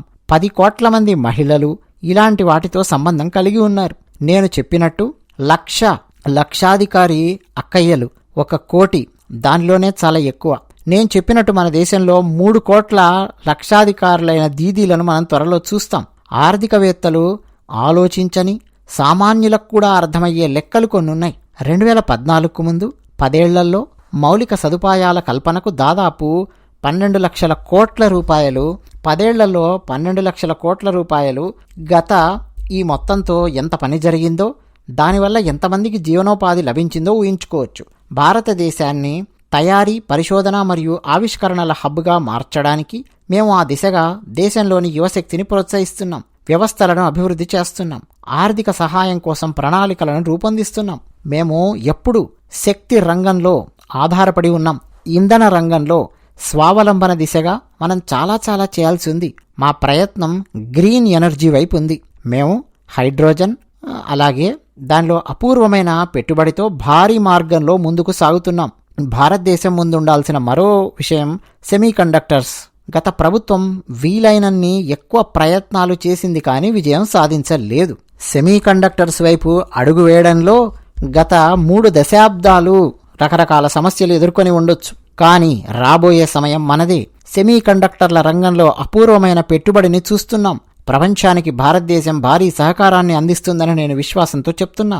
ఈ కారణాలన్నింటి వల్ల గౌరవనీయులైన స్పీకర్ గారు, నాణ్యమైన ఉద్యోగ అవకాశాలు చాలా పెరగబోతున్నాయి. దీని కారణంగా సమాజంలో ప్రత్యేక నైపుణ్య మంత్రిత్వ శాఖను సృష్టించాం. దీని వెనక కారణం ఏంటంటే యువత దేశంలోని నైపుణ్యాలను పొందడం మరియు అలాంటి అవకాశాలను పొందడం. మేము ఒక పరిశ్రమగా మారాం. 4.0 దానికోసం మానవ శక్తిని సిద్ధం చేయడం ద్వారా ముందుకు సాగడానికి కృషి చేస్తున్నాం. ద్రవ్యోల్బణం గురించి ఇక్కడ చాలా చర్చ జరిగేది. దేశం ముందు కొంత నిజం ఉంచాలి అని చెప్పి నేను ఖచ్చితంగా కోరుకుంటున్నాను. కాంగ్రెస్ పార్టీ వచ్చినప్పుడల్లా ద్రవ్యోల్బణాన్ని తీసుకొచ్చినటువంటి చరిత్ర ఉంది.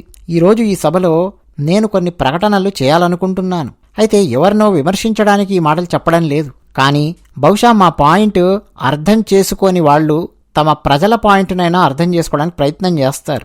అన్నింటి ధరల పెరుగుదల వల్ల కష్టాలు పెరిగి సామాన్యులు చిక్కుకుపోయారు. అసలు ఇది ఎవరి మాటో తెలుసా? పండిట్ జవహర్లాల్ నెహ్రూ అప్పట్లో ఎర్రకోట మీద నుంచి నిలబడి అన్నారు, అన్నింటి ధరల పెరుగుదల వల్ల కష్టాలు పెరిగి సామాన్యులు చిక్కుకుపోయారు అన్నది. అది చర్చనీయాంశం అయ్యింది. ఎర్రకోట తర్వాత అన్ని చోట్ల ద్రవ్యోల్బణం పెరిగిందని ఆయన అంగీకరించారు. ఇక ఇప్పుడు ఈ ప్రకటన వచ్చి 10 సంవత్సరాల తర్వాత నెహ్రూజీ యొక్క మరొక ప్రకటన, ఆ ఉల్లేఖనాన్ని మీ ముందు ఉంచుతున్నాను. ప్రజలారా, నేను మీకు ఒకటే చెప్తున్నాను. ఈ రోజుల్లో కూడా కొన్ని సమస్యలను, ఇబ్బందులను ఎదుర్కొంటూ ఉన్నారు. ద్రవ్యోల్బణం కారణంగా కొంత నిస్సహాయత ఉంది. దానిని పూర్తిగా నియంత్రించడం సాధ్యం కాదు. అయినప్పటికీ మన కాలంలో అది అదుపులోకి వస్తుంది. 10 ఏళ్ల తర్వాత కూడా ద్రవ్యోల్బణంపై అవే పాట్లు పడ్డారు. నెహ్రూ గారి డైలాగులండి ఇవన్నీ కూడా. మళ్ళీ నెహ్రూ గారు తన హయాంలో మళ్ళీ చెప్పారు 10 ఏళ్ళు అయ్యాక. ఆ సమయంలో ఉన్నటువంటి ఆ ప్రసంగంలోని కొంత భాగాన్ని మీకు ఇస్తున్నా. ఏం చెప్పారంటే, దేశం పురోగమిస్తున్నప్పుడు ధరలు కూడా కొంత పెరుగుతాయి. మరి నిత్యావసర వస్తువుల ధరలను ఎలా అదుపు చేస్తారో చూడాలి. ఇందిరాగాంధీ గారు చెప్పారు ఈ మాట. 1974లో దేశవ్యాప్తంగా అన్ని తలుపులకు తాళం వేసి ప్రజలను జైల్లో పెట్టినప్పుడు 30% ద్రవ్యోల్బణం ఉంది. 30% ఉందండి ఎమర్జెన్సీ టైంలో. అది కూడా ఆమె ప్రసంగంలో చెప్పబడింది. ఇవన్నీ వింటే మీరు షాక్ అవుతారు. అంటే ప్రజల యొక్క కష్టాలను చాలా లైట్గా తీసుకునేవాళ్ళు నెహ్రూ కానీ ఇందిరా కానీ. ఇది పెద్ద గొప్ప విషయమేం కాదు, సహజమైన విషయమేలే అన్నట్టుగా తీసుకునేవాళ్ళు. ఎవడి చావు వాడు చస్తాడులే అన్నట్టు. భూమి లేకపోతే, అంటే ఏదైనా ఉత్పత్తికి భూమి లేకపోతే మీ కుండలు మరియు డబ్బాల్లో ఊరగాయలు పెట్టుకోండి, పండించండి అని చెప్పారు. ఉన్నత పదవుల్లో ఉన్నటువంటి వాళ్ళు ఇలాంటి రకరకాల సలహాలేవో ఇస్తూ ఉండేవారు. ద్రవ్యోల్బణానికి సంబంధించి మన దేశంలో 2 పాటలు కూడా సూపర్ హిట్ అయ్యాయి. ప్రతి ఇంట్లో పాడేవాళ్ళు. ద్రవ్యోల్బణం వల్ల ఒకరు చనిపోగా ఆ ద్రవ్యోల్బణం వల్ల మరొకరు ఫుడ్ తింటారు అని. ఇట్లా ఈ 2 పాటలు కాంగ్రెస్ హయాంలోనే వచ్చాయి. యూపీఏ హయాంలో ద్రవ్యోల్బణం 2 అంకెలలో ఉంది. ద్రవ్యోల్బణం 2 అంకెల్లో ఉంది అన్న విషయం మర్చిపోకండి, కాదనలేం కదా. యూపీఏ ప్రభుత్వ లాజిక్ ఏంటంటే ఆవేదన. ఖరీదైన ఐస్ క్రీం తినగలిగితే ద్రవ్యోల్బణం గురించి ఎందుకు ఏడుస్తున్నారు అని చెప్పి యూపీఏ వాళ్ళు అనేవాళ్ళు. కాంగ్రెస్ వచ్చినప్పుడల్లా ద్రవ్యోల్బణం పెరుగుతుంది. మా ప్రభుత్వం ద్రవ్యోల్బణాన్ని అదుపులో ఉంచుతోంది. 2 యుద్ధాలు మరియు 100 సంవత్సరాలలో అతిపెద్ద సంక్షోభం ఉన్నప్పటికీ ద్రవ్యోల్బణం నియంత్రణలో ఉంది. మేము నియంత్రణలో ఉంచగలిగాం. ఒకసారి ఆలోచించండి. బాణం లక్ష్యాన్ని తాకింది కాబట్టి నేను వారి సమస్యను మరియు వారి కోపాన్ని అర్థం చేసుకుంటున్నాను. అవినీతిపై ఏజెన్సీలు చర్యలు తీసుకుంటున్నాయి. అందుకని వాళ్లకు చాలా కోపం వస్తుంది. అంటే దేశంలో ఎక్కడెక్కడ అవినీతి ఉన్నా సరే ఏజెన్సీలు రంగంలోకి దూకుతున్నాయి. వెంటనే కాంగ్రెస్ వాళ్లకు కోపం వచ్చి ఏంటేంటో పదాలు వాడుతున్నారు. 10 ఏళ్ల క్రితం మన సభలో పార్లమెంటులో ఏం చర్చించారు? సభ మొత్తం స్కాముల చర్చకే నడిచింది.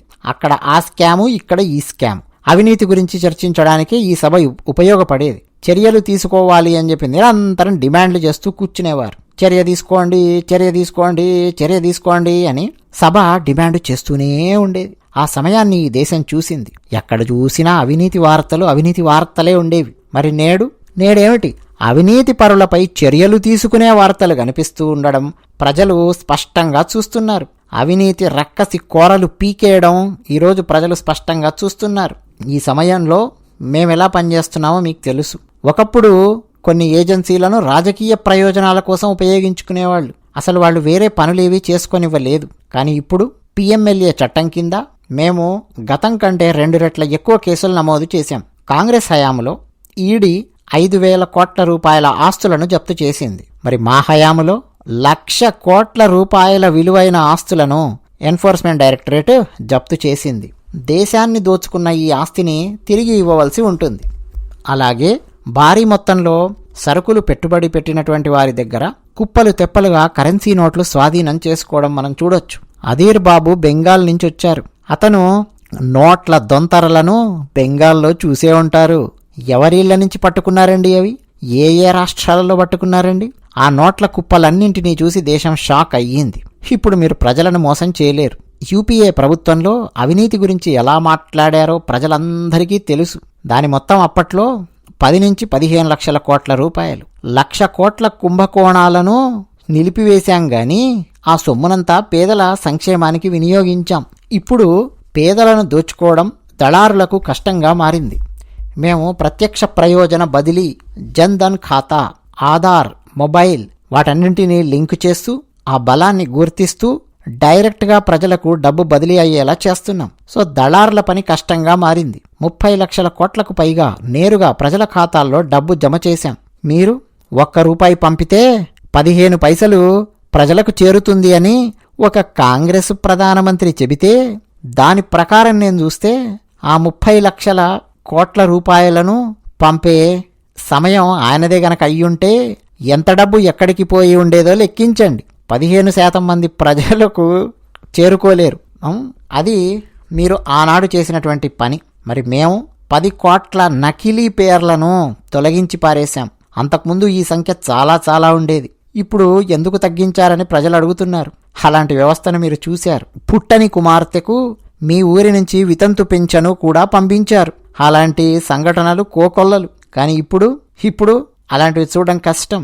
ప్రభుత్వ పథకాలను నిర్వీర్యం చేయడానికి 10 కోట్ల నకిలీ పేర్లను అప్పుడు మీరు సృష్టించారు. 10 కోట్ల నకిలీ పేర్లను ఆపడానికి మార్గాలు మేము సృష్టించాం. అర్థమైందా? మీరు సమస్య సృష్టించారు, మేము పరిష్కారాన్ని ఇచ్చాం. డైరెక్ట్గా ప్రజల అకౌంట్లకు డబ్బు వచ్చి పడుతోంది. నకిలీ పేర్లను తొలగించడం ద్వారా 3 లక్షల కోట్ల రూపాయలు నకిలీ చేతుల్లో పడకుండా ఆదా చేశాం. దేశంలోని పన్ను చెల్లింపుదారుల ప్రతి పైసాను పొదుపు చేస్తూ దాన్ని సద్వినియోగం చేసుకోవడానికి మా జీవితాలు వెచ్చించాం. అన్ని రాజకీయ పార్టీలు ఆలోచించాలి. సమాజంలో కూర్చున్న వ్యక్తుల వైపు చూడాలి. ఈరోజు దేశం యొక్క గొప్పదనం ఏమిటి అనేది ఒకసారి చూడండి. ఇంతకుముందు తరగతి గదిలో ఎవరైనా దొంగిలించినట్టయితే లేదు కాపీ చేసినట్టయితే పట్టుబడితే 10 రోజుల పాటు ఎవరికి ముఖం చూపించలేకపోయేవాళ్లు. నాడు అవినీతి ఆరోపణలు ఎదుర్కొన్నవారు, రుజువైనవారు, జైళ్లలో శిక్ష అనుభవించి పెరోల్పై వచ్చినవారు నేడు వాషింగ్ మిషన్ కంటే పెద్ద బరువును భుజాల మీద మోస్తూ ప్రజా జీవితంలో అలాంటి దొంగలను కీర్తిస్తున్నారు. మీరు దేశాన్ని ఎక్కడికి తీసుకెళ్లారో చూశాం. రుజువైన నేరం, శిక్ష పడినవారు, శిక్ష అనుభవిస్తున్నవారు, వారందరిని మీరు కీర్తించారు. ప్రజలు మీరు దేశ భవిష్యత్తు యొక్క తరానికి ఏ సంస్కృతిని, ఏ స్ఫూర్తిని అందించారో ఆలోచించండి. మేము ఏ స్ఫూర్తిని అందించామో ఆలోచించండి. గౌరవనీయులైన స్పీకర్ గారు, ఇలాంటి కాంగ్రెస్ డ్రామాలు ఎక్కువ కాలం కొనసాగలేవు.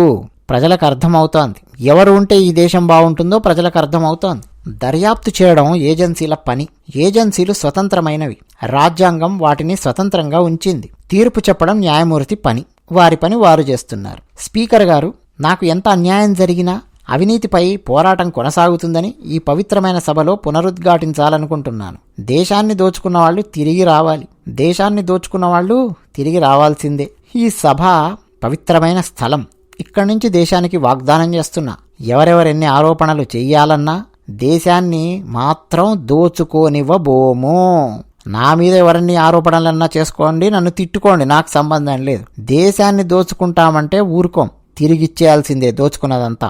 దేశం ప్రస్తుతం శాంతి భద్రతలను అనుభవిస్తోంది. గత 10 ఏళ్లతో పోల్చితే భద్రత విషయంలో దేశం నిజంగానే పటిష్టంగా మారింది. ఉగ్రవాదం, నక్సలిజం ఇప్పుడు చిన్న ప్రాంతానికే పరిమితం అయ్యాయి. కానీ ఉగ్రవాదం పట్ల భారతదేశం అనుసరిస్తున్న జీరో టాలరెన్స్ విధానం వల్ల నేడు ప్రపంచం మొత్తం భారత్ అనుసరిస్తున్న ఈ విధానాన్ని అనుసరించాల్సి వస్తోంది. నేడు భారతదేశ సైన్యాలు సరిహద్దుల నుంచి సముద్రం వరకు తమ శక్తిని చూస్తూ ఉన్నాయి. మన సైన్యం యొక్క ధైర్య సాహసాలకు మనం గర్వపడాలి. వారి మనోధైర్యాన్ని విచ్ఛిన్నం చేయడానికి ఎవరెంత ప్రయత్నించినా మన సైన్యం మీద నాకు నమ్మకం ఉంది. వారి బలాన్ని నేను చూశాను. కొంతమంది రాజకీయ నాయకులు సైన్యం గురించి తేలికపాటి మాటలు మాట్లాడారు. మాట్లాడనివ్వండి. అది నా దేశ సైన్యాన్ని నిరుత్సాహపరచనివ్వను. నా సైన్యాన్ని నిరంతరం ఉత్సాహంగా ఉండేలా నేను చూసుకుంటాను. నా సైన్యం యొక్క గొప్పతనం ఏంటో నాకు తెలుసు. దేశం ఎప్పుడైనా సరే మన సైన్యం గురించి తేలికపాటి భాష మాట్లాడితే సహించే ప్రసక్తే లేదు. మన దేశంలో ప్రత్యేక దేశం కావాలి, మన దేశంలోనే ముక్కలు చేసి మన దేశాన్ని ప్రత్యేక దేశం కావాలి అన్న పిచ్చి పిచ్చి నినాదాలను బాహాటంగా సమర్థించేవాళ్ళు ఉన్నారు. సమైక్యం అన్న మాటను పక్కన పెట్టి మన భారతదేశాన్ని విచ్ఛిన్నం చేయాలనే ప్రయత్నాలు కొన్ని జరుగుతున్నాయి. ఆ ప్రయత్నాలకు ఊపిరి లూదుతున్న వాళ్ళు కొంతమంది ఉన్నారు. అరే, ఇంతకుముందు దేశాన్ని ముక్కలు ముక్కలుగా చేశారు కదా, మీ మనసు ఇంకా తృప్తి పడలేదా? దేశాన్ని ఇంకెన్ని ముక్కలు చేస్తారా? ఇంకా ముక్కలు చేయాలనుకుంటున్నారేమిటి? ఇంకా దేశాన్ని ముక్కలు చేయాలనుకునే వాళ్లకు సపోర్ట్ చేస్తారేమిటి? ఎంతకాలం అలా చేస్తారు? ఈ సభలో కాశ్మీర్ చర్చ జరిగితే ఎప్పుడు ఆందోళనల స్వరం వినిపించేది. హెక్లింగ్, ఆరోపణలు, ప్రత్యారోపణలు. నేడు జమ్మూ కాశ్మీర్లో అపూర్వమైన అభివృద్ధి గురించి చర్చించడం చాలా చాలా గర్వంగా ఉంది. జమ్మూ కాశ్మీర్లో పర్యాటకం నిరంతరం పెరుగుతోంది. G20 సమ్మిట్ అక్కడ జరుగుతుంది. ఈరోజు ప్రపంచం మొత్తం మెచ్చుకుంటోంది. ఆర్టికల్ 370ని తీసుకొని ఎంత హంగామా సృష్టించారు. కాశ్మీర్ ప్రజలు దానిని స్వీకరించిన విధానం, కాశ్మీర్ ప్రజలు గుర్తించిన విధానం మనం చూశాం. సమస్య వాళ్ళు సృష్టించారు, పరిష్కారం మేమందించాం. భారత రాజ్యాంగంలోనే చీలిక సృష్టించి పెట్టారు, దాన్ని తొలగించి పారేశాం. నెహ్రూ గారి పేరు చెబితే బాధ అనిపిస్తుంది, కానీ తప్పదు. కాశ్మీర్లో ఎదురయ్యే సమస్యలన్నింటికీ ఆయనే మూల కారణం. ఆయన ఆలోచనలే మూల కారణం. దాని పర్యవసానాలను ఈ దేశం మొత్తం అనుభవించాల్సి వచ్చింది. నెహ్రూ చేసిన తప్పులకు జమ్మూ కాశ్మీర్ ప్రజలు, దేశ ప్రజలు భారీ మూల్యం చెల్లించుకోవాల్సి వచ్చింది. నెహ్రూ తప్పులు చేసుండొచ్చు, కానీ కష్టాలు ఎదురైన తర్వాత కూడా మా తప్పులను సరిదిద్దడానికి ప్రయత్నం చేసుకోవాలి అన్న ఆలోచన కూడా నెహ్రూలో లేదు. అది అతిపెద్ద సమస్య. నేనిప్పుడు అన్ని రాజకీయ పార్టీల నాయకులను కోరుతున్నాను, గౌరవనీయ సభ్యులందరినీ కోరుతున్నాను. భారతదేశ జీవితంలో ఒక గొప్ప అవకాశం వచ్చింది. ప్రపంచ వాతావరణంలో భారతదేశానికి ఒక పెద్ద అవకాశం వచ్చింది. కొత్త విశ్వాసంతో ముందుకు సాగే అవకాశం వచ్చింది. రాజకీయాలకు దాని స్థానం దానికి ఉంది. ఆరోపణలు, ప్రత్యారోపణలు అవన్నీ పక్కన పెట్టి దేశం కంటే పెద్దదేదీ లేదు అన్నది ఆలోచించండి. కదలి రండి, అందరినీ ఆహ్వానిస్తున్నాను. భారతదేశాన్ని నిర్మించడానికి భుజం భుజం కలిపి ముందుకు సాగుదాం. రాజకీయాలలో ఉన్న దేశ నిర్మాణంలో ముందుకు వెళ్లేందుకు ఎలాంటి ఆటంకం ఉండకూడదు. ఈ దారిని వదలకండి. దేశాన్ని అభివృద్ధి పదంలోకి నడిపించడానికి మీ వంతు ప్రయత్నం చెయ్యండి. మీ మద్దతు నేను అడుగుతున్నాను. భారతమాత క్షేమం కోసం మీ మద్దతు నేను అడుగుతున్నాను. ప్రపంచంలో వచ్చిన అవకాశాన్ని ఉపయోగించుకోవడంలో మీ మద్దతు నేను అడుగుతున్నాను. 140 కోట్ల మంది దేశ ప్రజల జీవితాలు మరింత సుభిక్షంగా, సంతోషంగా ఉండేందుకు మీ సహకారం కోరుకుంటున్నాను. కానీ మీరు సహకరించలేకపోతే ఇటుకలు వేయడానికి మీ చేయి వంగిపోయి ఉంటే మీరు రాస్తూ ఉండండి. అభివృద్ధి చెందిన భారతదేశపు పునాదిని బలోపేతం చేయడానికి నేను మీ ప్రతి ఇటుకను తీసుకుంటాను. మనం తీసుకున్న అభివృద్ధి చెందిన భారతదేశం అనే కలల పునాదిపై భారతదేశాన్ని మరింత బలోపేతం చేయడానికి మీ ప్రతి రాయిని నేను వేస్తాను. పునాదికి నేను వేస్తాను. ఆ శ్రేయస్సు వైపు దేశాన్ని తీసుకెళ్తాను. మీరు కావాల్సినన్ని రాళ్లు విసరండి, అది తీసుకొని భారతదేశపు పునాదిగా మలుస్తాను. మీ ప్రతి రాయి భారతదేశం యొక్క స్వప్నమైన సుసంపన్నమైన భారతదేశం యొక్క అభివృద్ధి కోసం ఉపయోగించబడుతుందని నేను హామీ ఇస్తున్నాను. నాకు తెలుసు, నా స్నేహితుల సమస్యలు నాకు తెలుసు. కానీ స్నేహితులారా, మనం బాధపడకూడదు. సమస్యలని ఎదురొడ్డి పోరాడదాం, కలసికట్టుగా పోరాడదాం. రండి. గౌరవనీయులైన రాష్ట్రపతి గారి ప్రసంగానికి మద్దతుగా ఈ పవిత్ర సభలో మాట్లాడేందుకు మీరు నాకు అవకాశం ఇచ్చారు. గౌరవనీయులైన రాష్ట్రపతి ప్రసంగానికి మద్దతు తెలుపుతూ, ధన్యవాదాలు తెలిపే తీర్మానంపై నా కృతజ్ఞతలు తెలుపుతూ నా ఈ ప్రసంగాన్ని ముగిస్తూ ఉన్నాను. ఇదండి భారత ప్రధాని నరేంద్ర మోదీ గారు పార్లమెంటులో లేటెస్ట్గా చేసినటువంటి ఉపన్యాసం.